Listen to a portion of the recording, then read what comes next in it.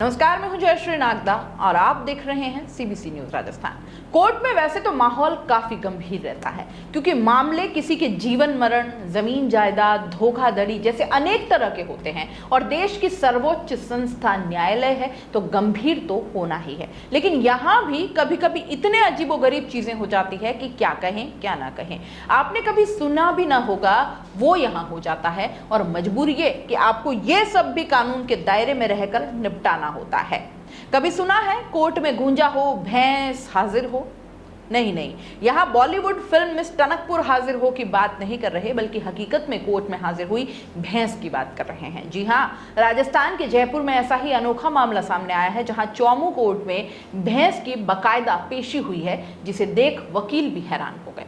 हैरान हो भी क्यों ना, क्योंकि अमूमन कोर्ट परिसर में वकील, पुलिस और परिवादी आते जाते रहते हैं। वहां एक पशु को इस तरह से कोर्ट में पेश होना पड़ेगा, शायद किसी ने सोचा भी ना होगा।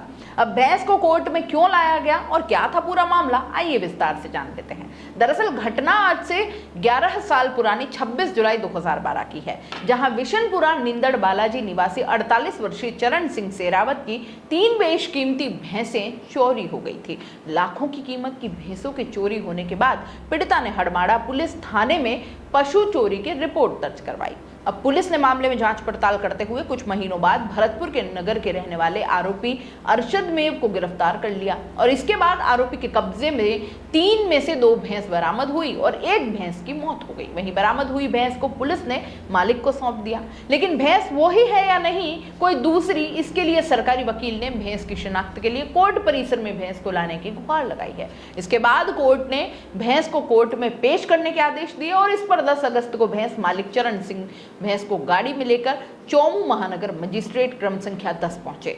भैंस को कोर्ट परिसर में देख क्या वकील और क्या लोग देखते ही रह गए।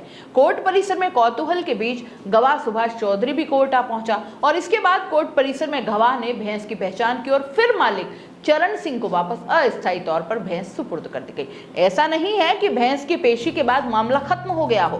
प्रकरण में अब तक सिर्फ तत्कालीन नगर थानाधिकारी हीरालाल सैनी, परिवादी चरण सिंह सहित 5 जनों के बयान हुए हैं, जबकि मामले में कुल 21 गवाह हैं। ऐसे में 16 गवाहों के बयान होना अभी बाकी है। इसके लिए अगले माह 31 सितंबर को बाकी गवाहों को कोर्ट में आना पड़ेगा। कानूनी प्रक्रिया से गुजरने वाली भैंस का न सत्यापन हुआ और न ही मेडिकल। इसके लिए कानूनी तौर पर अब भैंस परिवादी को अभी सुपुर्द नहीं की गई है, बल्कि अस्थायी तौर पर परिवादी के कहे अनुसार सौंपी गई है।